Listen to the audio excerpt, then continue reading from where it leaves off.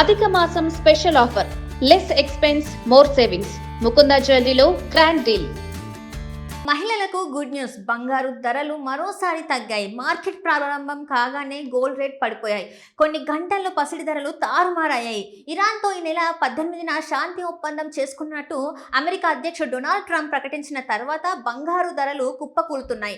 Trump ప్రకటన market వర్గాలకు ఊరటనిచ్చింది. Trump ప్రకటన తర్వాత స్టాక్ మార్కెట్ పాజిటివ్ ధోరణిలో వెళ్లడంతో మదుపరులు సూచీల వైపు వెళ్లారు. ఈ క్రమంలో బంగారానికి డిమాండ్ తగ్గడంతో ధరలు పతనమవుతున్నాయి. మార్కెట్ వర్గాలు చెప్తున్నాయి. ప్రస్తుతం దేశంలోని వివిధ ప్రధాన నగరాలలో బంగారం, వెండి ధరలు ఎలా ఉన్నాయనేది ఒక్కసారి చూద్దాం.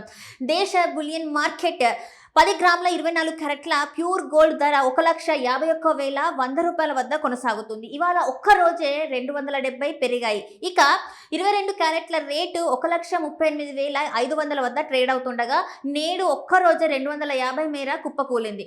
ఇక హైదరాబాద్ బహిరంగ మార్కెట్లో 24 క్యారెట్ల ధర 1,51,100 రూపాయలుగా ఉండగా 22 క్యారెట్ల ధర 1,38,500 వద్ద కొనసాగుతుంది. విజయవాడ, విశాఖపట్నంలో కూడా పైన ధరలే కొనసాగుతున్నాయి. ఇక చెన్నైలో 24 క్యారెట్ల గోల్డ్ రేటు 1,53,060 వద్ద ట్రేడ్ అవుతుండగా ఇవాళ 320 పెరిగింది.